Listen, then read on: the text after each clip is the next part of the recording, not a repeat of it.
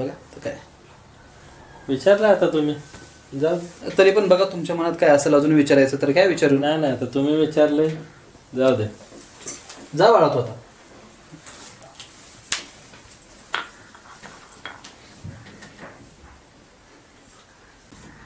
तीन मुलं आहेत. थोरला मुंबईला आहे, ही मधली आहे आणि धाकटा आहे तो अजून शाळा शिकतोय. पोराला काय विचार असेल तर घ्या विचारून. बाळा नाव काय तुझं? अभिजित नंदराम पाटील. आणि शिक्षण? डिग्री केली M.Com. जमीन? जमिनीचं म्हटलं तर बघा आता 10 एकर बागायती शेती आहे, 5 एकर ऊस लावलाय आणि आई बापाला एकुलता एक आहे. शिवाय पुण्यात चांगल्या कंपनीला कामाला पण आहे. अजून काय पाहिजे?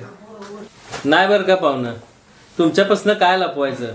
पोरगं होतं कामाला पुण्यात, पण आता पुण्यातल्या कंपन्याचं काय खरं आहे वय, त्यामुळे आता नाही जात कामाला. आता घरी येऊन शेतीच बघते.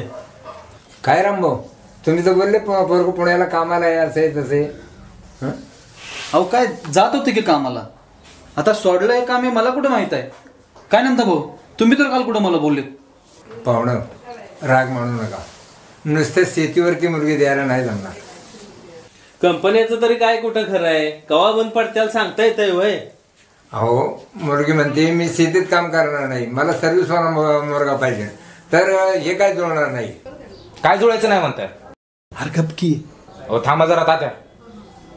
पोरगी शेतात काम करायचं नाही म्हणती, मग पोराला जमीन कशाला विचारली? उसात गोंधळ घालायला का? यार काय बोलतोय? काय चुकीचं बोललो तात्या? तुम्ही जरा थांबा बरं. तुमचा पोरगा मोठ्या कंपनीत कामाला आहे ना? किती मोठा बंगला बांधला हो तुम्ही? तुमच्या त्या सिमेंटच्या बंगल्यापेक्षा काळ्या मातीत जीव अडकलाय आमचा.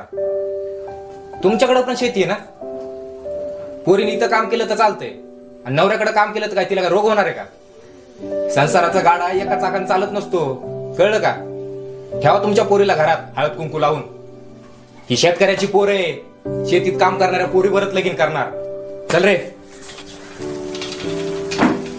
आणि हे बघा पाहुणं, माझ्या पोरात काय कमी असतं म्हणून तुम्ही नाकारला असतं ना, त्याचं मला काय मी वाटलं नसतं. माझं पोरग केवळ फक्त शेती करतं म्हणून जर तुम्ही नाकारत असाल ना, तर लक्षात ठेवा तो दिवस दूर नाही ज्या दिवशी तुमची भूक भागवायला आमच्या वावरात चोरी करायला लागल. येतो.